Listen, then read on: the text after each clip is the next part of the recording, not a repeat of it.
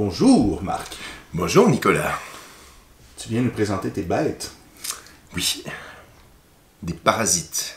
Ce sont des parasites. Ce sont des parasites plus que millénaires, effectivement. C'est des petites bestioles que ça fait très très longtemps qu'elles sont sur Terre. Elles ont réussi au travers des années d'évolution vraiment à se perfectionner. Donc dans leur domaine, on va dire qu'elles sont aussi performantes qu'un requin et dans la mer. Qu'un crocodile. Voilà. Ou que le crocodile dans le Nil, effectivement.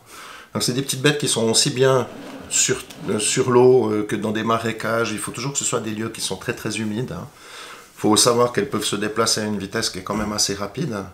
C'est-à-dire que si tu laisses le pot ouvert et que tu as de la moquette au sol, elles peuvent parcourir plus de 12 mètres en même pas 12 heures. Donc c'est à peu près un mètre de l'heure. Ah, ok. Donc c'est quand même assez fast. On a le temps de s'enfuir, à pied quand même. Oui, mais il faut faire attention parce que si tu laisses le bocal ouvert le vendredi et puis que tu reviens que le lundi, tu peux retrouver une bestiole à l'entrée de ton cabinet. Ah, définitivement. Ça se déplace quand même assez rapidement. Dans l'eau, est-ce qu'il bouge plus vite? Mais on a quand même Alors, rapide dans ce quand moment. c'est dans l'eau, on va juste les secourir un petit peu. Quand elles sont dans l'eau, en fait, elles nagent comme des anguilles. Donc elle bouge beaucoup plus rapidement. Ah, elles se déplacent vraiment, mais comme un serpent marin, effectivement. Il est bien collé aux fenêtres. Hein? C'est plus économe. Faire du surplace. Alors là, on voit justement qu'il y en a une qui est en train de bouger ici. Donc elle est attachée par sa ventouse arrière. Et après, elle va se balader avec sa tête. Une fois qu'elle se balade puis qu'elle trouve un coin qui lui plaît, elle va s'accrocher avec sa tête. Est en avant là, en ce moment. C'est la tête qui bouge. Là. Voilà, donc la partie pointue, Ouais. là, ça c'est la tête. Ah, ok. Ah, ouais, Une ça, fois c'est qu'elle ça. se déplace, elle peut très bien se fixer ici avec sa tête et après elle va décrocher sa ventouse de queue. Ok. C'est un peu comme ça qu'elle se déplace. Elle va regarder, elle se pose, elle relâche, elle se refixe, elle se relâche et elle se déplace ainsi. Donc, si on parle purement d'un plan anatomique, déjà, la sangsue, si on fait une découpe, comme ça, et qu'on regarde à l'intérieur, il n'y a pas d'organes. Ok. Donc il n'y a pas d'intestin, il n'y a pas d'estomac, il n'y a pas de cœur, il n'y a pas de cerveau, il n'y a que des lymphes. Donc c'est là que je trouve, ça je ne l'ai pas dit, mais à l'intérieur c'est qu'un système lymphatique qui va agir lui-même comme cœur, comme poumon, comme cerveau, comme estomac, comme intestin et tout ce qui s'ensuit. Donc c'est quelque chose qui est vraiment phénoménal parce que c'est unique, on va dire, dans le milieu existant du vivant. Et ces petites bestioles-là, donc elles se sont vraiment spécialisées dans le fait de manger du sang. Voilà, donc il faut comprendre que au fur et à mesure des années d'évolution, elle s'est vraiment perfectionnée. Le pourquoi, c'est que quand elle bouffe une bestiole, la bestiole, elle n'a pas intérêt de sentir qu'il y a quelque chose qui le manque, parce que sinon tu te ramasses un coup de queue, un coup de patte ou n'importe quoi. Donc oui, on va la sentir, quand on fait un traitement avec une sangsue, on va la sentir, mais très rapidement, elle va injecter des petites substances qui vont permettre de créer une anesthésie quand même, afin qu'on ne sente plus que ça morde réellement. Voilà, donc les soins par les sangsues, c'est ce qu'on appelle de l'irudothérapie. Et de cette substance-là, on va retrouver une en particulier qu'on appelle l'irudine. Et donc l'irudine, c'est un puissant anticoagulant. Ça veut dire quoi? C'est-à-dire que quand tu fais un traitement avec une sangsue, il y a des contre-indications aussi. C'est-à-dire si tu es une fille, il ne faut pas être en période de menstruation, il ne faut pas être en anémie, il ne faut pas prendre l'aspirine cardio, il ne faut pas être sous antiagrégant plaquettaire, il ne faut pas être hémophile. Il y a un certain nombre de conditions. Pas rectocolite hémorragique comme moi non plus. Pas de... C'est dommage, parce que j'aurais aimé ça, l'essayer. Puis, ça aurait été sympa. Alors, on peut soigner, par exemple, des hémorroïdes. Voilà, c'est-à-dire qu'on va poser la sangsue essentiellement sur des hémorroïdes externes. Ouais. C'est pour ça que pour la petite... directement dessus? Exactement. Wow. Donc c'est ça qui est assez intéressant aussi et assez drôle, c'est que quand on traite des hémorroïdes, il faut d'abord mettre un plug. Ouais, c'est ça. Donc voilà pour la petite parenthèse assez drôle du truc. Pour en revenir aux substances, donc un petit bouchon anal, voilà. Un plug, c'est plus voilà, funky, c'est plus glam. Ah, c'est ça. Du monde de plug, plug. Donc l'irudine, elle va agir comme un puissant anticoagulant. L'avantage des anticoagulants, c'est que ça va permettre de nettoyer le système sanguin de manière vraiment très efficace. Donc si on a le moindre petit embol, le moindre petit caillotage quelque part dans le corps, il va être automatiquement dissous. Voilà, donc là on la voit, elle se déplace un petit peu comme un symbiote Goa'uld. C'est qu'elle se déforme, elle est devenue plus plate. Pour ceux qui ont déjà vu Stargate, les symbiotes Goa'uld, ça va vous parler un petit peu. Et donc, une fois qu'elle a liquéfié le sang grâce à l'irudine, elle va injecter d'autres substances, notamment de l'abdéline et de l'égline, qui sont des analgésiques et des anti-inflammatoires naturels. Et la propriété spécifique de ces deux substances, c'est qu'elles peuvent rester jusqu'à 6 mois dans le corps. Donc, c'est pas rien. Et même si ça reste 6 mois, on peut traiter régulièrement tous les mois pour les personnes, on va dire, comme toi, sans souci, ou moi, ou ce genre de choses-là. Et par exemple, un diabétique qui aura des gros problèmes vasculaires, qui aura tendance à faire des nécroses, on peut très bien y poser des sangsues jusqu'à 1 fois par semaine, sans souci. Donc, diabétique, nécrose, pose des sangsues, ça évite de tronconner. Donc, c'est vraiment intéressant. L'avantage de ce genre de technique, c'est que c'est pas vraiment super invasif. On va pissoter du sang pendant une douzaine d'heures. Pourquoi? Parce qu'on va se retrouver dans un état un petit peu comme un hémophile. On ne fait plus d'agrégation plaquettaire ou quoi que ce soit. C'est vraiment puissant. C'est très puissant. Soi, là, voilà. Donc c'est pour ça que c'est important aussi les gens qui vont faire une iridothérapie. Avant tout, la veille, pas d'alcool, pas de vitamine C, pareil pour le matin et le soir même. Voilà. On peut très bien faire, par exemple, il y a dans les contre-indications l'aspirine cardio, mais elle peut être arrêtée 1 ou 2 jours avant. On fait le traitement aux sangsues et elle est reprise 1 ou 2 jours après. Okay. Voilà. Donc ça veut dire finalement que quelqu'un qui aurait besoin de prendre l'aspirine cardio en permanence, s'il se fait poser 1 fois par semaine des sangsues, il est pépère, il n'en a plus besoin. C'est un peu altruiste, égoïste, mettre ça nourrit elle, est contente, mais toi aussi, c'est des bienfaits. C'est une symbiose, finalement. Finalement, on les aime bien. Mais c'est ça. Donc, elles nous veulent vraiment du bien, à condition qu'on les respecte aussi. Donc, pour revenir un petit peu justement sur son anatomie, là où c'est qu'elle a sa tête, et là aussi, on va dire, tout son organe facial, mais aussi tous ses attributs éjecteurs. Okay. Donc, là où c'est qu'elle a la tête, elle a les yeux, elle a la bouche, mais elle a aussi son anus. Ah, c'est génial. C'est pour ça qu'il ne faut pas la faire chier une fois qu'elle a mordu. Comme on dit. Donc, on voit souvent des trucs comme John Rambo qui prend le couteau, qui arrache la sangsue, comme ça c'est des films, c'est pareil, les gens qui jettent du sel, qui jettent de l'alcool. Il ne faut jamais faire ça. Parce que ça va vraiment stresser la bête, et une fois qu'elle est stressée, qu'est-ce qu'elle va faire? Soit elle te vomit, soit elle te chie dessus. Et dans les deux cas, si elle vomit ou qu'elle te chie dessus, il y a possibilité de faire une septicémie. Donc, il faut traiter ces bestioles quand même avec respect. Voilà, donc il y a une manière de les enlever. Si vous faites bouffer dans la nature une fois, il faut déjà repérer où est la tête, où est la queue. Parce qu'une fois qu'elle est posée, si on n'a aucune notion, c'est très dur de faire la différence. En fait, ça ne veut pas nécessairement dire que c'est la tête qui est là. Alors souvent, elle se replie sur elle-même. Donc c'est très dur, si tu n'as jamais vu une sangsue, c'est très dur de connaître. Donc il faut vraiment trouver la partie arrière de ventouse, la décoller comme on décollerait n'importe quelle ventouse. Et une fois qu'on l'a, on la prend un petit peu sous le corps. Il faut venir où c'est qu'à la tête et essuyer la peau en appuyant fort, comme on enlèverait une tache finalement sur un pull. Okay. Donc bien sûr avec un chiffon, pas avec la peau, sinon elle se tourne, elle te bouffe le doigt. C'est vorace, ces petites bêtes. Voilà. Donc voilà comment on peut les enlever très facilement. Au niveau de la pose elle-même pour les soins, il faut compter à peu près 1h30 de temps, entre 1 heure et 1h30 de temps. Pourquoi? Parce que chaque bestiole a son petit caractère, et puis une fois qu'elles sont en train de manger, elles sont un peu comme les bébés qui sont en train de téter. À savoir que des fois, ils s'endorment un peu sur le néné, mais là, ils s'endorment un petit peu, donc on est obligé un peu de les caresser, de leur dire, allez, vas-y, bouge un petit peu. Et on remarque qu'elles bossent vraiment bien parce qu'elles ont un péristaltisme pour évacuer du ganglion en avant et vers les ganglions arrière. Donc on voit vraiment ces ondulations qui se provoquent dans le travail. C'est assez fou. Ça ressemblait à le même mécanisme les reptiles, là, leur système. Les anguilles. Mais ils n'ont pas de système digestif, c'est ça qui est fascinant quand même. C'est phénoménal. C'est vraiment phénoménal. Tu fais une coupe transverse, tu verras que des ganglions, il n'y a rien d'autre. Puis comment ils expliquent ça? Comment ils puissent emmagasiner ça, c'est liquide dans eux, puis c'est la magie de Walt Disney? Bonne question. Alors, je ne suis pas spécialiste, on va dire, de ce genre de bestioles. Sur un plan anatomique ou comment fonctionne ce principe de lymphe. Mais je pense que sur la base, ça fonctionne un peu comme les lymphes chez nous qui font des transferts. Et... Notre lymphe va amener le liquide interstitiel vers la cellule. J'imagine que c'est un tas de cellules là-dedans, que ce liquide-là provient de la lymphe toujours, donc ils vont directement chercher les liquides qu'ils amènent dans la lymphe et vers la cellule. C'est plus rapide que nous, en fait, probablement, parce qu'ils n'ont pas de système digestif. Là. Non. Donc, non. Ça doit être un mécanisme de survie assez intéressant pour eux, s'ils ont cette rapidité-là au Exactement. De l'apport des nutriments vers la cellule. Non, la seule chose... Je vois hypothétiquement. La seule chose qui est notable, c'est qu'ils créent un mucus, hein, parce que c'est des bestioles qui grandissent aussi avec le temps. Donc chaque fois qu'elles grandissent, elles muent en fait, hein, un peu comme les serpents. Donc à l'intérieur de l'eau, on voit des fois des petits résidus blancs organiques qui flottent. Ben, c'est simplement la mue de la sangsue. Ils ne défectent pas dans l'eau? Non, non, rien du tout. Donc l'eau, je la change à peu près tous les 2-3 jours. Hein, ça dépend de la quantité de sangsue que tu as dans un bocal. Il ne faut jamais en mettre plus que 10 par bocal. Parce que des fois, il peut y avoir des petites rivalités aussi. Hein. Pas oublier, c'est quand même...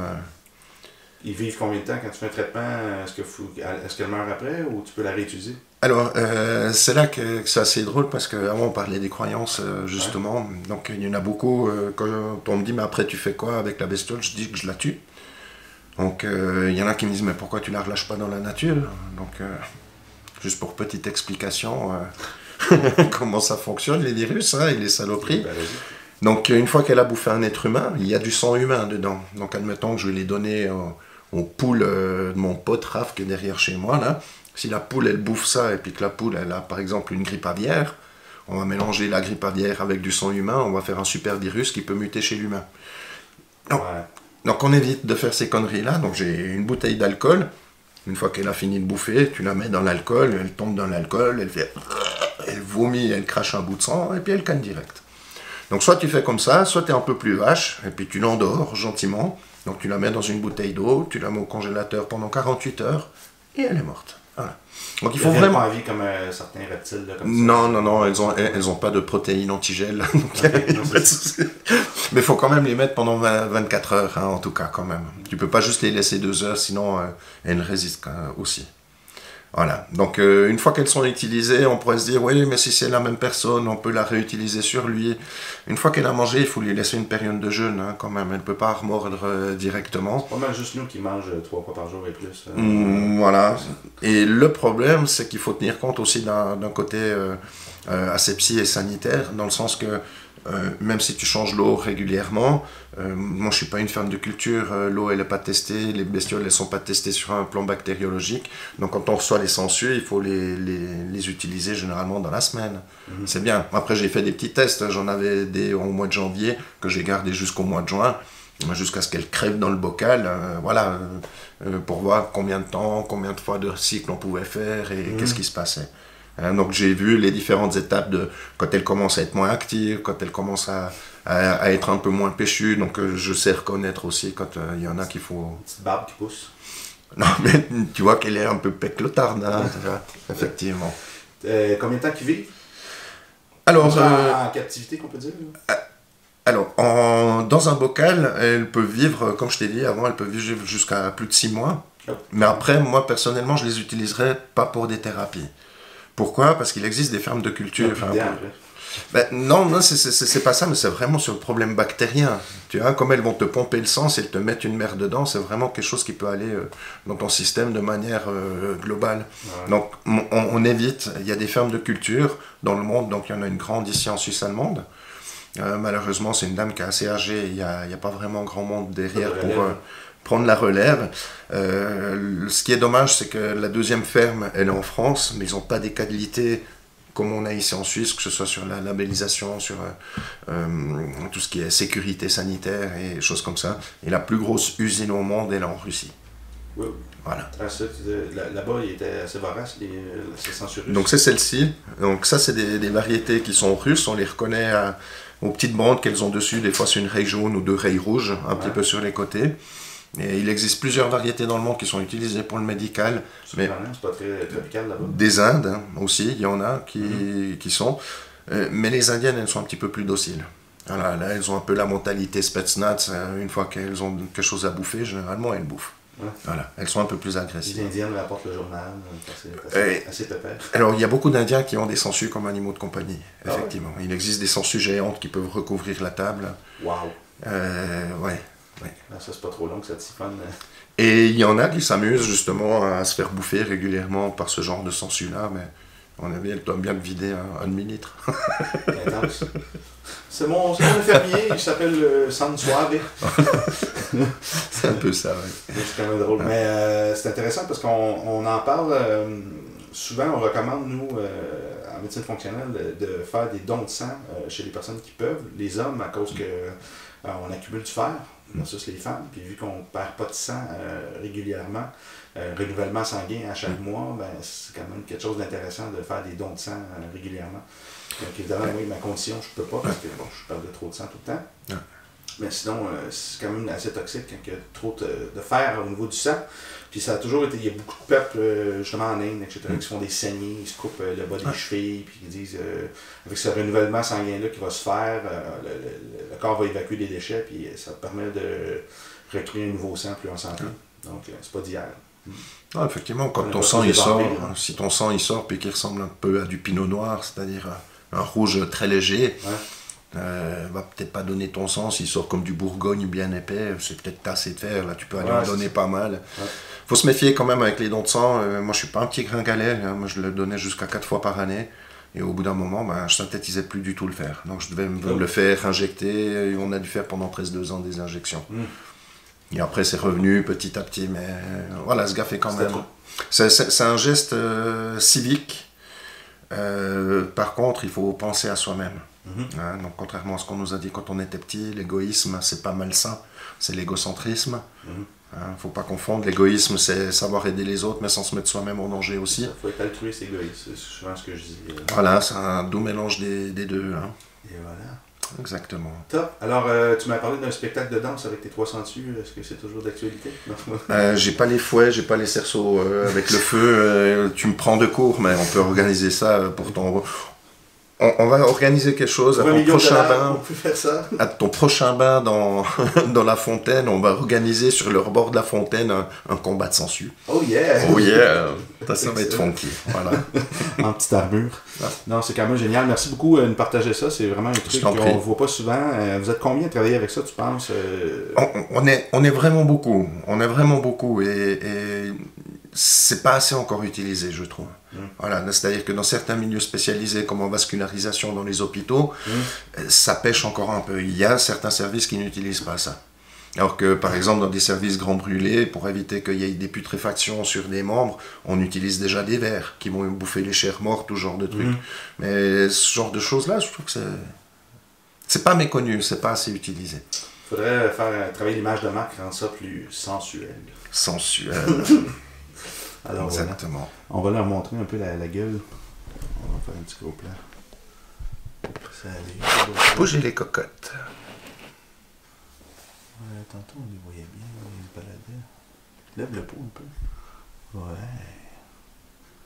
C'est quand même très agile dans l'eau. Ah oui, il y a comme des petites pattes. Ah non, c'est le fond du pont maçon. Il n'y a vraiment pas de pattes, ils n'ont rien, c'est lisse. Regardez comment ça s'étire. Oh, je te mets pas dedans. Ah. Wow. Là, comment elle s'accroche et puis qu'elle se remonte. Voilà la tête, hein, c'est quasiment comme une petite tête de serpent. Bon, ben génial. J'ai malheureusement pas la chance de pouvoir participer à ce traitement parce que volontiers je l'aurais fait pour l'expérience, ça aurait été cool. Alors, on va attendre Megan s'en ligne, on va lui faire une surprise. On va la sensualiser. Non, mais c'est bien parce que... Le traitement de sangsue, déjà? Hein? Le traitement de sangsue, tu avais parlé, le nom scientifique, c'était quoi? Irudothérapie. Irudothérapie. Alors, pour le petit truc assez drôle, c'est que dans toutes les formations que je fais, il y en a une qui m'intéressait, c'était l'iridologie. Oui, l'iridologie, c'est ça, ça n'a rien à voir avec l'iris. Et justement, en fait, je pensais débarquer un cours sur l'iris. Et en fait, je me suis retrouvé sur un cours avec les sangsues. Comme quoi, des fois, notre cerveau, il nous amène... C'est comme ça que j'ai débarqué là en bas. Donc, c'était vraiment le pur hasard. Voilà. Donc, j'ai eu un peu l'air con quand on m'a dit, en fait, tu cherches quoi avec ce cours? Puis j'ai dit, c'était à capter qu'est-ce qui se passe dans les yeux des gens. On m'a regardé comme ça, puis on m'a dit, mais tu parles de quoi, là? J'ai dit, mais quoi? L'iridologie? Non, c'est irudothérapie, iridologie, c'est pas pareil. Donc c'était vraiment très très drôle et une belle découverte, vraiment quoi. Voilà. Ouais. Au bon temps, au bon moment, t'as bien réagi, t'es resté dans le cours, super.